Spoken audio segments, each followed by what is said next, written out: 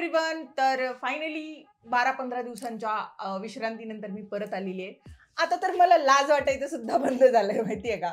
Seriously, की तुम्ही लोक म्हणतात व्हिडिओ टाक दीदी आणि मी बघा खरं सांगते तुम्हाला, दिवाळीनंतर एवढा फराळ खाल्ला आणि मग मला बेडवरनं उठावंच वाटत नव्हतं. इतका आराम केला.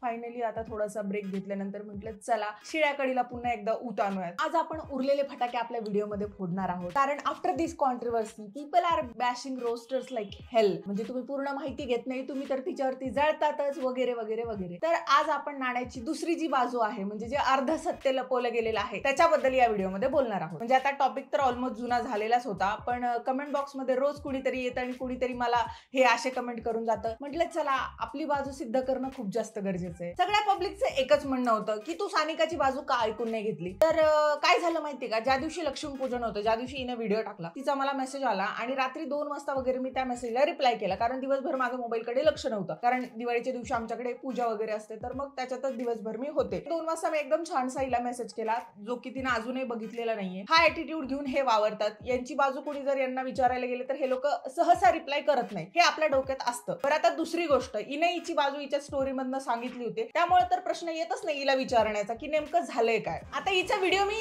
डिकोड करते, कारण जर्नलिझम मी काही खडे खेळायला नव्हतं केलं ना, त्यामुळे मी माझ्या पद्धतीनं माझ्या कॉन्टॅक्ट वापरून इन्व्हेस्टिगेशन केलं, ते पण ग्राउंड लेवलवर. आता या वेळेला मी काय केलं माहिती का, ना मी ऑर्गनायझर सोबत बोलले ना मी हिच्या सोबत बोलले. मग मी रुपाली चाकणकर यांच्या ऑफिस मधनं माहिती घेतली. त्याच्यानंतर दुसरी माहिती मी तिथे असणारे गार्ड प्रोव्हाइड करणारे जे लोक आहेत, तिथे प्रेझेंट असणारे लोक आहेत, या सगळ्यांकडनं मी माहिती घेतली नेमकं त्या इव्हेंट मध्ये झालं काय होतं. सानिका भोटे अभिनेत्री या संदर्भात महिला आयोगाने तक्रार केली, त्यानुसार पोलीस आयुक्तांकडे प्रत्यपात झाले. तर पोलीस आयुक्तांकडे कुठलं प्रत्यपत्र आपलं प्राप्त झालं असं मला वाटतं. या ऑफिसमध्ये माहिती घेऊ. कैसा है ना बेटे, हम भी बहुत लंबी पहचान रखते हैं, बस जताते नहीं है. चला तर मग आजच्या व्हिडिओ मध्ये करपवून टाकूयात परत एकदा सानिका भोईटे हिला, कारण व्हिडिओ मध्ये मी रोस्ट नाही करत, मी पार करपवते, कारण माझा पॅटर्नच वेगळा आहे.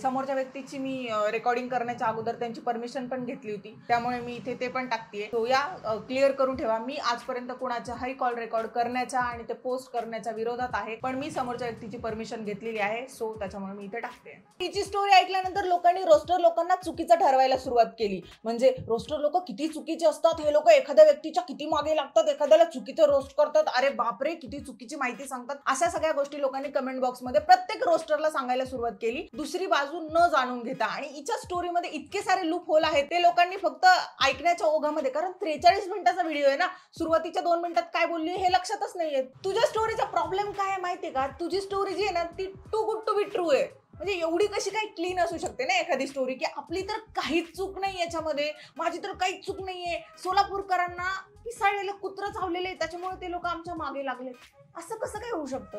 जशी स्टोरी नरेट करताना लोकांना तशा पद्धतीने ती नरेट होत जाते, तशा पद्धतीने लोकांचा पॉइंट ऑफ व्ह्यू बनत जातो. प्रत्येकाच्या स्टोरीमध्ये आपण स्वतः हिरोच असतो. एवढे 10-12 तुम्ही जे स्वतःला मोठे समजता ना, पोलखोल एक्सपोज्ड वगैरे व्हिडिओ काय बनवले तर रडत बसली असती कुठेतरी जर हे खरं नसतं तर. आता पहिला मुद्दा होता 12 लाख रुपये कमवण्याचा. हिने घेतली मर्सिडीज, लोकांनी विचारले प्रश्न, त्याच्यानंतर हिचं हायेस्ट अमाऊंट ऑफ जे काही इन्कम होतं पूर्ण एवढ्या वर्षातलं, तिने ते शो केलं 12 लाख रुपये 1 महिन्याचं. पण तिनं नरेटिव्ह असा सेट केला की ही महिन्याला 12 लाख रुपये कमवते म्हणून ती मर्सिडीज अफोर्ड करू शकते. Got it. आणि सगळ्या रोस्टर लोकांचे व्हिडिओ उचलून बघा, त्याच्यामध्ये सगळ्या रोस्टरचं एक कॉमन वाक्य की ही महिन्याला 12 लाख रुपये कमवते, असं सगळ्यांचं नरेटिव्ह सेट झालं होतं, कारण इने स्टोरीमध्ये तसं दाखवलं होतं की ही महिन्याला 12 लाख रुपये कमवते. आता माझं उदाहरण घे, मी अगोदर एक फोटोग्राफर होते. फोटोग्राफरचं कसं असतं, पूर्ण वर्षभर स्लॅक असतो पूर्ण धंदा, आणि एकाच जे 4 महिने असतात पूर्ण वेडिंग सीझन, त्याच्या वेळेस भरपूर अशी कमाई होते. मग आम्ही ती 4 महिन्यातली कमाई दाखवून लोकांना फ्लेक्स करणार का, ओ माय गॉड मी किती श्रीमंत आहे, असं नाही होत. तुमचं पूर्ण ऍव्हरेज इन्कम किती आहे ना, त्यावरनं तुम्ही वस्तू किती घेऊ शकता हे ठरतं. आता ऍव्हरेज उत्पन्न आमचं पण तेवढंच आहे जितकं तुझं आहे. आम्ही ब्रँड कोलॅबोरेशन वगैरे जर केले, रोज व्हिडिओ टाकले, तर आम्ही पण इतकंच कमवू. इंस्टाग्रामवरती जर ऍक्टिव्ह झालं तर आमचं पण ऍव्हरेज उत्पन्न बऱ्यापैकी तितकंच होऊन जाईल. पण कसं आहे माहितीये का, तू आव आणला की तू महिन्याला 12 लाख रुपये कमवते आणि त्या 12 लाख रुपयामुळे तू मर्सिडीज अफोर्ड करू शकते, हा तू सिनेरिओ लोकांच्या मनामध्ये सेट करून दिला, त्यामुळे लोकांनी तुला रोस्ट केलं.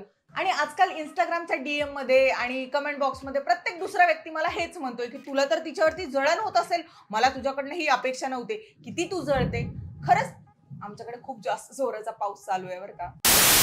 तू तर सानिकावरती जळते, तिचा पैसा तुला बघवत नाही, तिचं सक्सेस तुला बघवत नाही, असं वगैरे वगैरे. खरं सांगू का, मला अजिबात जळण होत नाही माहिती का अशा गोष्टींवरती, कारण मी माझ्या आयुष्यात भरपूर पैसा बघितलाय. मी स्वतः कमवते, वडील कमवतात, माझा भाऊ कमवतात. मी कदाचित कुणापेक्षा जास्त कमवत असेल, कुणापेक्षा कमी कमवत असेल. मला कुणाची कमाई बघून किंवा कुणाचा सक्सेस बघून कधीच जळण नाही झालेली. मला असं वाटतं की ओके, तो जर माणूस सक्सेसफुल होत असेल ना तर अजून व्हावा, त्याच्या आयुष्यात अजून त्याची प्रगती व्हावी, अशीच माझी एक निर्मळ इच्छा असते. आणि मला जेवढं दिलंय ना देवाने तेवढं माझ्या कर्माने दिलेलं आहे. That's it. मी या गोष्टींमध्ये खुश असते. आणि दुसरा मुद्दा, जर मला लोकांवरती जळायचं झालं ना तर मी कुठल्या गोष्टींवरती जळेल माहिती का? लोकांच्या इंटेलेक्च्युअल लेवलवरती जळेल, लोकांकडे असलेल्या नॉलेज वरती जळेल, लोकांकडे असलेल्या पुस्तकांच्या कलेक्शन वरती जळेल, लोकांना पळताना बघून जळेल. कारण मला पळता नाही येत, माझ्या पायाचं ऑपरेशन झालेलं आहे. ह्या गोष्टी मला खरंच खूप जास्त जलस फील होतात की अरे यार तुम्ही पळू शकता, अरे यार तुमच्याकडे किती पुस्तकांचं कलेक्शन आहे, ओ माय गॉड किती इंटेलेक्च्युअल माणूस आहे. ह्या गोष्टीची मला खरंच जळण होते. आणि मला असं वाटतं की त्या माणसाकडे असलेलं नॉलेज माझ्याकडे असावं. आणि एवढंच नाही की त्या व्यक्तीकडे असलेले ज्ञान, त्या व्यक्तीकडे असलेले पुस्तकाचे कलेक्शन ते माझ्याकडे यावं, या गोष्टीसाठी मी अतोनात प्रयत्न करते. त्यांच्याकडचं असलेलं कमी व्हावं अशी इच्छा अजिबात नसते माझी. स्पोर्ट्स इन्थुसियास्ट, मी तुमच्यासाठी घेऊन आली आहे एक थ्रिलिंग न्यूज आणि एक थ्रिलिंग अनुभव. कारण आता सध्या ICC लाईव्ह चालू आहे आणि त्यामध्ये मी तुमच्यासाठी एक एक्साइटिंग प्लॅटफॉर्म घेऊन आली आहे, तो म्हणजे मोस्टबेट. 5 मिलियन पेक्षा जास्त लोक हा थ्रिलिंग अनुभव रोज घेत आहेत आणि 5 लाखापेक्षा जास्त लोक रोज जिंकत आहेत. आता तुमची बारी. विचार करा, तुमच्या स्पोर्ट्सचं नॉलेज वापरून तुम्ही बनू शकता चॅम्पियन आणि रोज जिंकू शकता 6,000 रुपयापर्यंत आणि स्ट्रॅगरिंग 27,000 रुपयापर्यंत. आणि एवढंच काय तर काही लोकांनी 1,00,000 रुपयापर्यंत देखील क्रॉस केलेले आहे. आता तुमचं नशीब आजमावण्याची बारी आहे. मोस्टबेट तुम्हाला ऑफर करत आहे कन्व्हिनियंट प्लेस, 1 क्लिक रजिस्ट्रेशन आणि व्हरायटी ऑफ पेमेंट ऑप्शन्स, भरपूर sports collection, thrilling casino games आणि याशिवाय सीमलेस बेटिंग देखील मिळेल. आणि फास्ट विड्रॉल तर आहेतच, ते पण फक्त एका क्लिक वरती. तुमच्या फायनान्सचं सक्सेस आजच अनलॉक करा. तुमची विनिंग फक्त एका क्लिक दूर आहे. आणि एवढंच काय तर तुम्हाला इथे 20 मिनिट्स मध्ये विड्रॉल मिळेल आणि 24/7 तुम्हाला सपोर्ट टीम देखील मिळेल. तुम्हाला इथे फक्त येस आणि नो मध्ये उत्तर द्यायचंय आणि तुम्ही जिंकू शकता 100% रिअल कॅश. मोस्टबेट वरती तुम्हाला जगातली सगळ्यात जास्त थ्रिलिंग गेम बघायला भेटतील, जसं की एव्हिएटर, अंदर बाहेर आणि याशिवाय लाईव्ह कसिनो देखील. आणि बोनस साठी रेडी आहात का? तर तुम्हाला हा प्रोमो कोड यूज करायचा आहे आणि ज्यामुळे तुम्हाला मिळेल 34,000 रुपयांचा वेलकम बोनस. याशिवाय तुम्हाला 250 फ्री स्पिन देखील मिळतील. वाट कसली बघताय? आपल्या पिन कमेंट मध्ये लिंक दिलेली आहे, जा क्लिक करा, साइन अप करा आणि जिंका रिअल मनी. आताच तर खरं तुमचा ऍडव्हेंचर सुरू झालाय. गुड लक. आता आपण येऊयात मेन विषयाकडे, जो माझा मेन विषय होता सोलापूरचा, ज्याच्यावरनं लोक मला बोलायला लागले की तिच्यावरती अत्याचार झाले आणि तू एक स्त्री असून स्त्रीचा अपमान कसं काय सहन करून घेतला, स्त्रीवरती झालेले अत्याचार कसे काय तू सहन करून घेतले. तर फॉर युअर काइंड इन्फॉर्मेशन, मी फेमिनिझमला सपोर्ट करते, पण फेमिनिझमच्या आडून स्वतःला आणि बाकीच्या आपल्या मित्राला किंवा आपल्या भावाला सपोर्ट करणाऱ्या लोकांना मी अजिबात सपोर्ट करत नाही.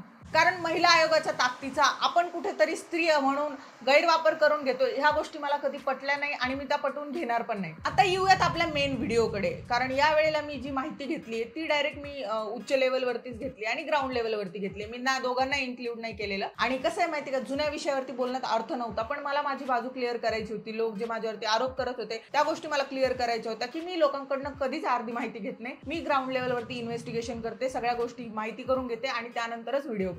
की सर इव्हेंटला यायचेच फक्त चार्जेस नसतात, हे यायचे जायचे ट्रॅव्हलिंगचे, प्लस आम्ही लांब येणार सोलापूरला, पुण्याहून लांब येते तर ते तिथे स्टेचे राहायचे प्लस ट्रॅव्हलिंग वगैरे सगळं त्यामध्ये इन्क्लूड असतं. त्यामुळे इव्हेंटचे यायचे ऍक्च्युअल चार्जेस कमी असतात आणि बाकीचेच आमचा खर्च जास्त होतो, त्याचे चार्जेस वेगळे असतात. ट्रॅव्हलिंग आणि स्टे या अमाऊंट मध्ये इन्क्लूड होतं हे तू मान्य करते. त्याच्यानंतर तुम्ही पूर्ण अमाऊंट येण्यासाठी कॅन्सलेशन केले, जे की चुकीचं आहे. जर तुम्ही इव्हेंटला गेल्यानंतर अगोदर अर्धी अमाऊंट आणि नंतर अर्धी अमाऊंट असा पूर्ण जगाचाच कॉन्ट्रॅक्ट असतो. कुठलंही काम करण्या अगोदर आपण हाफ रक्कम अगोदर घेतो आणि हाफ रक्कम जी आहे ना ती काम झाल्यानंतर घेतो. तुमच्याकडे पैसे आल्यानंतर समोरचा माणूस तुम्हाला गोड बोलेल अशी तुमची अपेक्षा तरी कशी असते की बापरे पाऊस, की त्या माणसाने 4,000 तिकीट विकलेले, तुमच्या होल्डिंग्सला फोटो लावलेले, तर ऐन वेळेस तुम्ही इव्हेंट कॅन्सल करता. त्यानंतर नॉर्मल माणूस पण तुमच्यावरती चिडेल. मी तुला एक चांगला सल्ला देऊ का, की आपल्या भावाला आणि करणला सोबत ठेवण्यापेक्षा ना एक चांगला प्रोफेशनल मॅनेजर हायर कर, जो की ह्या सगळ्या डीलना व्यवस्थित करू शकेल. पेमेंट नव्हतं 40,000, पण तर आम्ही त्यांना हे सांगितलं होतं आधीच की पूर्ण अमाऊंट मला आली पाहिजे, तर ती काय आली नाही. तर जाणं तर इम्पॉसिबल होतं यायचं, कारण स्टे तर त्यांनी केला नव्हता. त्यामुळे मी जाऊन कुठे थांबू, कुठे आवरणार मी त्यांच्या इव्हेंटसाठी, तर मला ते काहीच माहिती नव्हतं. तर मी काय बोललं की हा इव्हेंट आपण ड्रॉप करूया. येण्या जाण्याच्या आणि राहण्याच्या थुकरट कारणावरनं तुम्ही इव्हेंट कॅन्सल केला होता. त्या लोकांना असताना तुम्ही चक्क त्यांचा प्राणकंठाशी आला होता की नाही आम्ही येणारच नाहीयेत, हे टँट्रम तुम्ही शो नव्हते केले का? आपण त्यांचे अमाऊंट त्यांना परत देऊन टाकूया जी पण काही इव्हेंटचे आहेत, आणि जेवढं आपण काम केलंय त्यांच्यासाठी, म्हणजेच त्यांनी त्यांच्या दांडिया इव्हेंटची स्टोरी टाकून घेतली होती माझ्याकडून पासेस जायच्या आधी, की तुम्ही स्टोरी टाका म्हणजे लोकांना सोलापूरच्या कळेल की तुम्ही येणार आहे म्हणून. तर मी ही स्टोरी टाकली होती. इंस्टाग्राम स्टोरीचे आपले काही चार्जेस असतात, तर तेवढेच मी कट केले 20,000 रुपीज. त्यांना मी काय बोललं की जेवढं मी काम केले तेवढ्याचे पैसे मी ठेवून घेते, बाकी इव्हेंटचे पैसे तुम्हाला मी रिटर्न करते. आता हे जे लोक, आता मी पण हेच म्हणते ना की जर इव्हेंटचे चार्जेस आणि दुसरं म्हणजे की जाणं येणं स्टे हे सगळं त्या 50,000 रुपयामध्ये इन्क्लूड होतं. बरं चल तू म्हणतेस तर इन्क्लूड नव्हतं बाबा, ते त्यांचा खर्च करणार होते, त्यांनी तो केला, पण त्यांनी तुम्हाला ऐनवेळी 6,500 रुपये पाठवले. पण मग तू 20,000 रुपये स्टोरीचे कसं काय ठेवून घेतले जर ते या चार्जेस मध्ये इन्क्लूडच नव्हते? तर मग तुम्ही तशी बोली करायची ना अगोदर की इव्हेंटचे पैसे वेगळे, स्टोरीचे पैसे वेगळे. असं जर बोली केली ना एकदा प्रोफेशनली की मग लोक नाहीत चिडत 20,000 रुपयांसाठी. कारण ऐनवेळेस जर घोळ घातला ना आपण की नाही आम्ही येणार नाही तर आम्ही 20,000 रुपये स्टोरीचे ठेवून घेतले, तर कुणी पण चिडणार, कारण तुमचं स्टोरीचं असं काही बोलणं झालेलंच नव्हतं. तुम्ही फोनवर असे बोलले इथे माणुसकीला किंमत आहे पैशाला नाही, हे सोनू खरात बोलले. त्या रिटर्न मध्ये करण त्यांना बोलला की हो दादा पण शब्दाला सुद्धा काहीतरी किंमत असते. आता मला एक सांग, इथपर्यंत तुझी आणि माझी स्टोरी एकदम पॉइंट टू पॉइंट बरोबर आहे की नाही? की तुला चक्कर आली, तू गाडीत जाऊन बसले, बाचाबाची झाली, ह्या सगळ्या गोष्टी इथपर्यंत बरोबर आहेत की नाही? की तू चेतन गायकवाड यांना कॉल केला, त्यांनी पण सांगितलं की तुम्ही ती स्टोरी डिलीट करा वगैरे वगैरे. इथपर्यंत जर तुझी माझी स्टोरी बरोबर असेल तर मी खोटं का बोलू? टाळी एका हाताने कधीच वाजत नसते. समोरच्या व्यक्तीला पिसाळलेलं कुत्रं नाही चावलेलं की तो असंच उठून तुम्हाला बोलणार, असंच उठून तुम्हाला जीवे मारण्याच्या धमक्या भेटणार, असंच उठून लोक तुम्हाला धमक्या देणार. असं नाही होत ग. अर्ध सत्य जे असतं ना ते खोट्यापेक्षाही जास्त बेकार असतं, हे या व्हिडिओ मधनं तुम्हाला कळेल. आता सोनू खरात यांचा कोणता तरी मित्र, आणि तो कॉल करून करणला बोलायला लागला की तू आमच्या सोनू दादांना काय बोलला, आणि त्यांनी खूप घाणेरड्या शिव्या दिल्या ज्या की तुम्हाला मी पुढच्या क्लिपमध्ये दाखवते. तुमच्याकडनं काहीतरी ऍक्शन झाली त्यामुळे समोरच्या व्यक्तींकडनं काहीतरी रिॲक्शन आली, ही गोष्टही तेवढीच खरी जी की तुम्ही तुमच्या स्टोरीमध्ये लपवली. तू जे म्हणते ना सोनूचे आणि करणचे भांडण झाले, तिथे धक्कामुक्की झाली, तू हे का नाही सांगितलं की करणकडनं सोनूचा हात पिरगळण्यात आला होता, तिथे त्याला थोडंसं मारण्यात आलं होतं, धक्कामुक्की झाली होती. करणकडनं हेही बोलण्यात आलं होतं की सोलापूरकरांची लायकी नाही, आम्ही त्यांच्याकडे यावं, त्यामुळे सोलापूरकर चिडले. खरं सांगू का, जेव्हा आपल्याकडनं चुका होतात ना तर एक्सेप्ट करायची ताकद ठेवायची. माझी आणि आदिवासी समाजाची जेव्हा झाली होती ना कॉन्ट्रोवर्सी, तेव्हा मी माफी मागितली होती की हो माझ्याकडनं चुकलं, त्याच्यामुळे त्या लोकांचं एवढं आउटबस्ट झालं. आणि नेहमी कसं होतं माहिती का, अरे समोरचा माणूस मेल आहे आणि तोच चुकला असणार आहे, तो जो काही सिनेरिओ बनून जातो ना पूर्ण युट्यूब वरती किंवा इंस्टाग्राम वरती, तो कुठे ना कुठेतरी बदलायला पाहिजे असं मला वाटतं. दुसऱ्या दिवशी तुम्ही निघालात, इव्हेंट चांगला झाला, 4-5 हजार लोक होते, तुम्ही तिथे मुक्कामाला राहिलात आणि निघालात. तिथे तुम्हाला तिरहित व्यक्तीचाच कॉल आला आणि त्या व्यक्तीनं तुला शिव्या नाही दिल्या, करणला शिव्या दिल्या. करणच त्या व्यक्तीसोबत बोलत होता आणि करणची जी बाचाबाची झाली होती त्याच्यावरनं तो माणूस जास्त चिडला होता. हे तू का नाही सांगत लोकांना? आणि फेमस तू आहे, करण नाहीये. लोक तुला टार्गेट करणार, करणला नाही टार्गेट करणार. लोकांनी तुझे मीम बनवले, तुझे व्हिडिओ बनवले, कारण तू फेमस आहे. तू गेली होती करणला घेऊन त्या इव्हेंट मध्ये. तर सगळ्यांचं मत आलं की पोलीस केस करण्यापेक्षा आपण महिला आयोगाकडे तक्रार देऊयात. तर रुपालीताई चाकणकर यांचं महिला आयोग आमच्यापासून खूप जवळ आहे, ते महाराष्ट्र राज्य महिला आयोग आहे. तर आमच्या सगळ्यांचं डिस्कशन झालं की आपण ताईंपाशी जाऊन महिला आयोगमध्ये ही कंप्लेंट देऊयात म्हणून. Dude please tell whole truth, don't manipulate public की मी महिला आहे किंवा मी वुमन आहे आणि माझ्यासोबत प्रॉब्लेम झाला वगैरे वगैरे. ती रूम वगैरे झाली त्या लोकांनीच करून दिली, मी तिथे आवरलं. इव्हेंटला मी टाइम वरती पोहोचले, इव्हेंटमध्ये 4-5 हजार पब्लिक होती, छान होता इव्हेंट.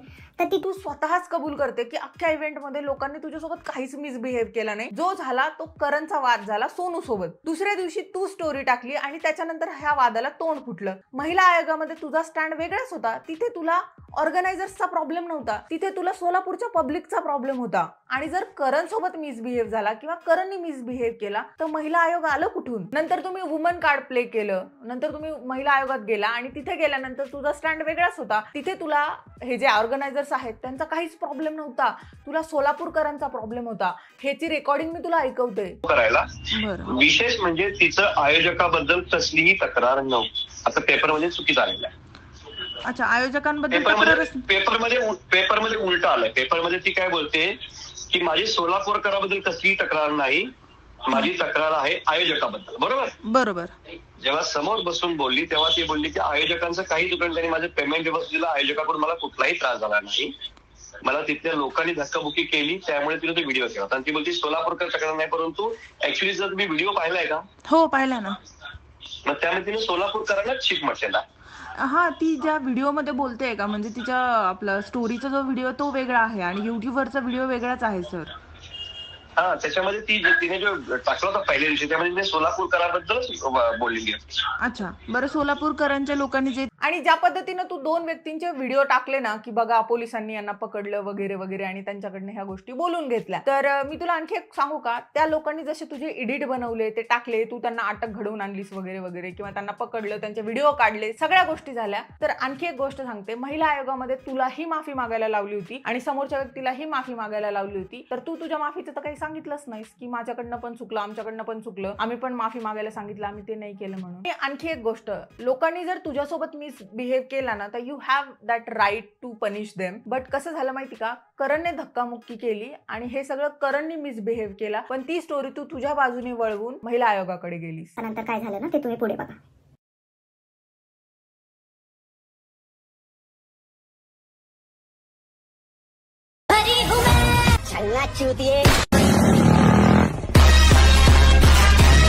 आता आणखी एक मुद्दा की तू ज्या 2 मुलांचा व्हिडिओ दाखवते ना की यांनी माझ्या असे एडिट केले होते, असं सगळं बोललं होतं किंवा मला ऍक्सिडेंटमध्ये मर्सिडीज ऍक्सिडेंट वगैरे हे सगळे बोलले होते, तर येस ऑफकोर्स ते बोलले होते, ते त्यांचं चुकलं, मान्य करते, पण तू तुझ्या फॅन्स बद्दल सांगितलं का की जेव्हा तू स्टोरी लावली त्याच्यानंतर तुझे फॅन्स त्या माणसाच्या डीएम मध्ये जाऊन हेच बोलले होते, त्यांनी पण अशा स्टोऱ्या लावल्या होत्या, हे तू का नाही सांगितलंस? तुझी स्टोरी खरंच अर्धवट आहे, तुझी फक्त नाण्याची एक बाजूच आहे, तू फक्त तुझ्या स्टोरीमध्ये हिरो आहे, तुला दुसऱ्यांचं काही दिसतच नाहीये की आपल्याकडनं पण काही चुका तिथे झालेल्या आहेत, म्हणून या लोकांचा एवढा आउटबस्ट आपल्यावरती आला. आणि आपण ज्या एका माणसाला टार्गेट केलं होतं ना, तर तो जो टार्गेटेड व्यक्ती होता ना, तो टार्गेट व्यक्ती फक्त आपण स्टोरीवरती दाखवला आणि आपण महिला आयोगामध्ये गेल्यानंतर ते एकच गोष्ट बोलले की आम्हाला तिथल्या लोकांचा प्रॉब्लेम आहे. स्वतःच्या शहराला नाव ठेवल्यानंतर लोक चिडतात, ही गोष्ट तुलाही मान्य करावी लागेल.